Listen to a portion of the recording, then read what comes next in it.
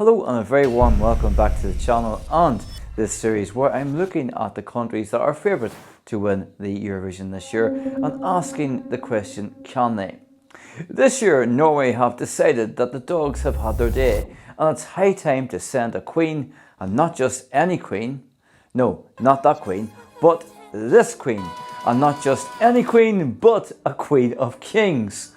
So can Norway's decision to send this power anthem pay off and land them the microphone trophy for the second time this century and their fourth time overall?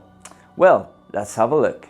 Norway have selected Alessandra as their representative this year at the Eurovision Song Contest. Alessandra landed her spot at Eurovision through the mandatory Gateway of Melodi Grand Prix, Norway's long-running and highly successful national selection contest. The Norwegian Italian was up against some strong competition, including Ulrika Bonnström, who landed a place at Eurovision back in 2020 and was bookies' favourite to head to Liverpool this time around. Norway, it has to be said, are ever the risk takers, and sometimes these risks pay off. An example was in 1995 in Dublin, where Norway opted to send a song, Secret Garden, that was mostly instrumental and sounded like the backing track to that year's Mel Gibson historical smash Braveheart, which incidentally was released into cinemas just 11 days later. However, the Eurovision has a short memory, and just 2 short years later, Norway landed at the bottom of the pack when returning to Dublin to compete once again. Tor Endresen's San Francisco received the dreaded null point, and it seemed like Norway's time at the top had come to a very swift end. There is an interesting parallel in 2009 when, in Moscow, Alexander Rybak's fairy tale swept to victory. Yet, in 2012, just 3 years later in Baku, Norway found themselves coming last with 2G and Stay.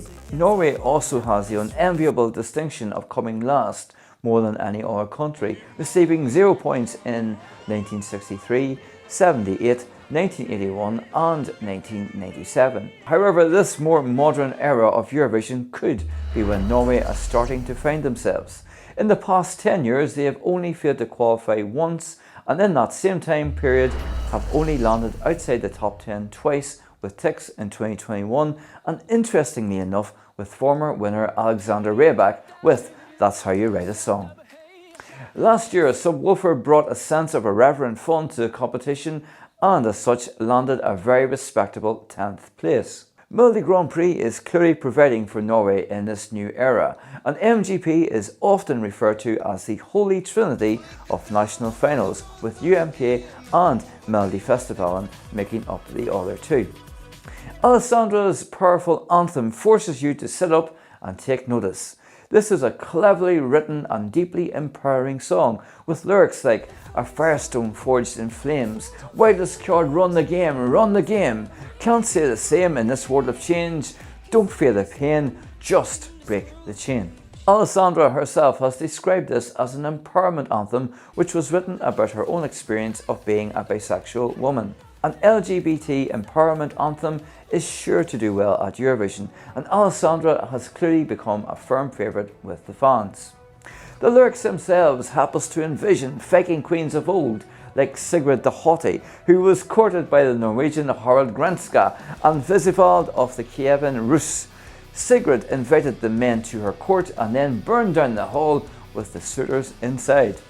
A queen of the kings, indeed. Or Aud the Deep-Minded, who after the death of her husband and son decided to travel to Iceland and commanded 20 men on her ship. A true queen of the North and Southern Seas, if ever there was one. This is a modern day pop song that through its clever lyrics evokes images of the Viking past. Powerful strong women are certainly nothing new, and this is an interesting reminder of how those powerful queens made a name for themselves in what was really a man's world. The Viking aesthetic can often be well received in Eurovision. Denmark tried this in 2018 with Rasmussen and finished up in 9th place overall. Alessandra herself is also Italian, so may scoop up some of the Italian vote. This didn't hurt Amanda Tejford when she performed for Greece last year and subsequently claimed Norway's 12 points from the jury. We also now know that the song will be opening in first place and is, I think, a good position for a rousing anthem such as this one. So time to answer the question that you came here for. Do I think Norway can win Eurovision 2023? I'm going to say no. This year, I don't think it would be Norway lifting the crown. While I think that Norway's entry this year is well produced and performed, I don't think that in this mix of performers, this is going to be the one carrying off the microphone trophy.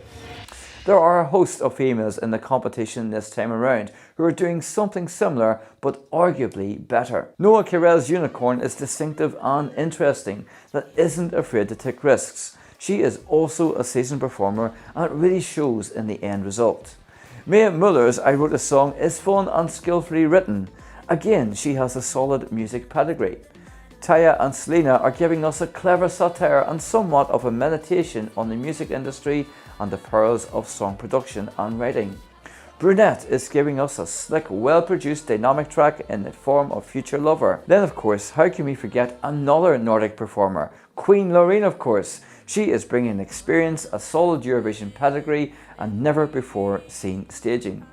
And this is just the female contingent. There's Kaya, Luke Black, Dvorchi, Joker Out, etc, etc, etc. This is a very strong year at Eurovision, and in another year I would have said that Alessandra might have been primed for the win. Unfortunately, not this time in my opinion. This is a year when your A game just isn't enough. You've got to bring your A+++ game. Anything less will leave you languishing at the bottom of the scoreboard. Alessandra's semi-final 1, is already being described as a bloodbath, and with good reason. This Nordic queen is going to have the fight of her life to get through the semi and will need to be doing everything to prove that she is not just the Queen of Kings, but all of the other queens as well. That being said, I do believe Norway are more than capable of landing another top 10 spot this year.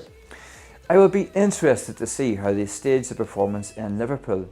I think the opening spot is an advantage that they can capitalise on. I've always been a fan of Norway at the competition, and anyone that invests as much as they do in the national final process deserves to reap the rewards come May time. So that's what I think, but I'd love to know what you think. Do you think Norway can win Eurovision? Where do you think they will finish up? Please let me know your thoughts in the comments below, and I will see you in the next video.